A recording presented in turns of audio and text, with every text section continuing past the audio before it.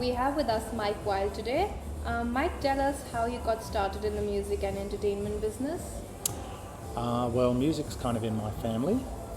My mum was a club singer. She sort of sang around Sydney before she was married, and so I kind of grew up with music. There was always music playing in the house, and I also have an older sister who was like much more keen on music than I was. I mean, I liked it, but she really wanted to be professional from an early age. So I often found myself getting lugged in the back seat of the car off to different sort of talent competitions and stuff like that. So I guess it's something that's just been in the family and that I love.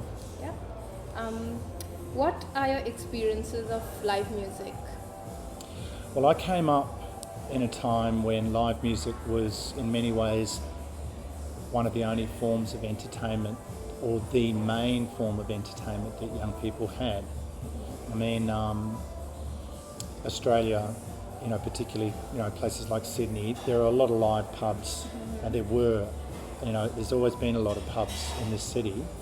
So, 20 years ago when I started sort of going to see bands and then wanting to play in bands, most bands in the inner city could get quite a few gigs, and I don't know if it's that easy today, because the DJ culture, which came up in the 90s, changed a lot of that for financial reasons, because it was actually a lot easier for pub owners to put on a DJ with a couple of turntables than it was to provide a space for a loud, noisy rock and roll band.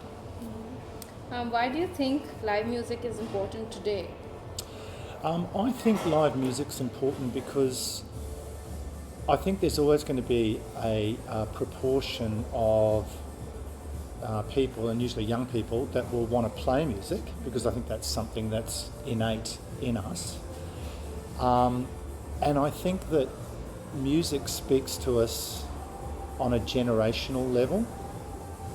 So as much as, say, people in their 20s today might really enjoy going back and listening to music from the 60s or 70s because that's what their parents were into, they still want to be close to the medium themselves and write their own soundtrack to their own lives rather than living out someone else's soundtrack. So as long as there's young people, there's going to want to be people, making their own music. What do you see as the challenges to artists in the music industry today? I think there's some obvious challenges. One of them is that on one level, music has been devalued, in the sense that because it's easier to record now and cheaper to record now, there's a lot more music that's kind of out there in the marketplace. But I also think that this is a question about education, because a lot of young people that I speak to aren't really aware of how difficult and how expensive and how professional you have to be as a musician putting a band together to even get a chance to get a gig, let alone getting paid for it. So I think that young people today are facing a sort of an uphill battle, just getting enough places to play and getting, their friends and sort of people of their own age group or to support them in that. Do you think musicians are becoming more educated with copyright laws and their rights? I think that musicians probably know more about copyright today than they did 20 years ago. But there's a big but. And the but is that one of the reasons that musicians know about copyright is because copyright laws have been eroded in the last 20 years. So it's a lot harder for a musician to get paid for a song that they want someone else to perform, or it's very difficult trying to track a very small amount of money that you're going to get back every time your song is played on an individual radio station, particularly as everything's gone on the net now. So, we're gradually seeing terrestrial radio being replaced by internet radio, by streaming services. And the biggest problem with streaming services such as Spotify, MOG or Last.fm is that they pay such small amounts to the artists. So there's a lot of challenges in terms of getting paid. Mm-hmm. All right. What are the main steps involved in the production of music?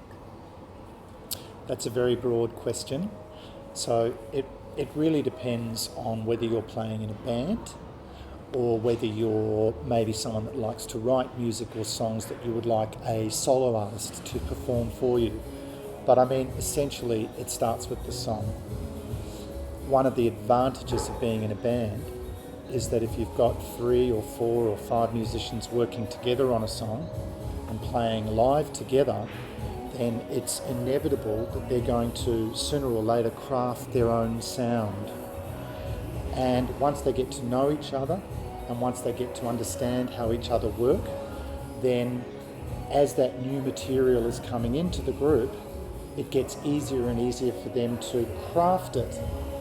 But essentially you need to start with the song, and then you've got to make some decisions about what genre you're working in. So whether it's going to be like an electro-pop thing like we're listening to downstairs, or whether it's going to be guitar-based, which is probably going to be a little bit noisier, a little bit more analog, some older sort of amps and stuff like that. Live drums is often a determining factor, because live drums is definitely going to take something more into it's probably going to be a bit more expensive to record for a start, because you need to record the drummer and you need to have other instruments and other musicians playing with the drummer to lay the bedding tracks that you can then put the other tracks on top of. Yep. Can you tell us something about your genre of music? Look, I came up in a genre which I suppose you'd call punk funk. I was playing what's called slap bass, so I suppose the nearest equivalent or band that I can think of that was playing a similar style would have been the Red Hot Chili Peppers.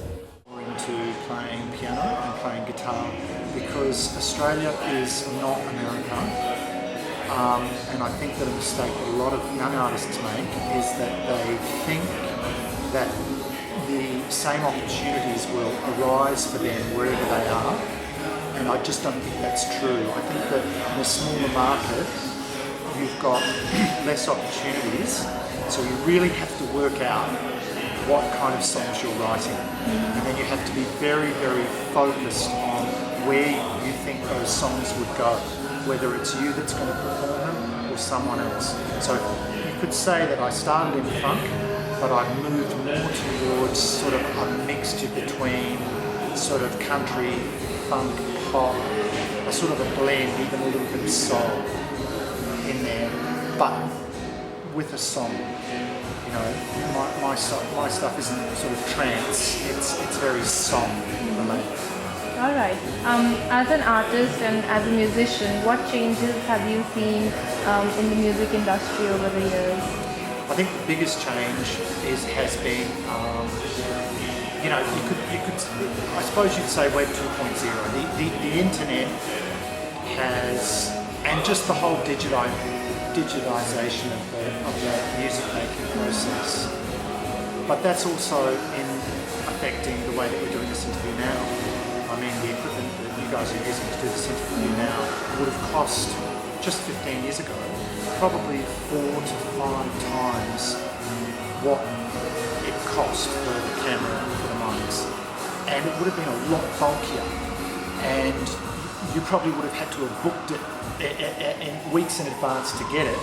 And then the editing wouldn't have happened on someone's laptop. The editing would have happened in an editing suite with at least $10,000 to $15,000 worth of equipment, which you would have had to have booked in advance. So when I first started, when I first did a couple of interviews, or when I first made my first video clip, it was a 2-month procedure.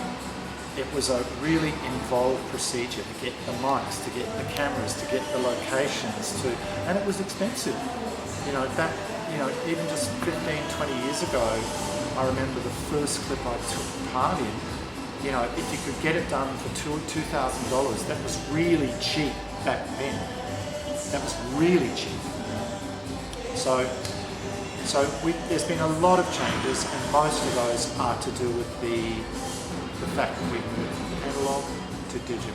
Yeah. With the advent of new technologies and convergence, how do you see the future of the music industry? I think that successful musicians today, and I'm talking about musicians that are going to be around 5 years from now, so people that really make a career of it, they're very talented, but that almost goes without saying, but they also have to be very focused, and they have to have the kind of professionalism that most members of the public would not be aware of. I think most members of the public still sort of think that it's about, playing the guitar and hanging with some friends and getting lucky and someone sees you and you go on a talent competition and you happen to win it. Well, that's the start. Then you've got to make a living for the next 10 or 15 years. And so I think that it takes a hell of a lot of drive. And I think that you have to be a jack of all trades. You have to be able to run a website. You have to be able to understand how to program music. You have to be able to be a people person so that you can get on with people. You kind of have to be available like 24/7 for the fans to consistently build on your fan base in a way that you probably didn't have to do 20 years ago. All right. Thank you so much, Mike, for your time. It was lovely having you here I had a today. great time. Thank you.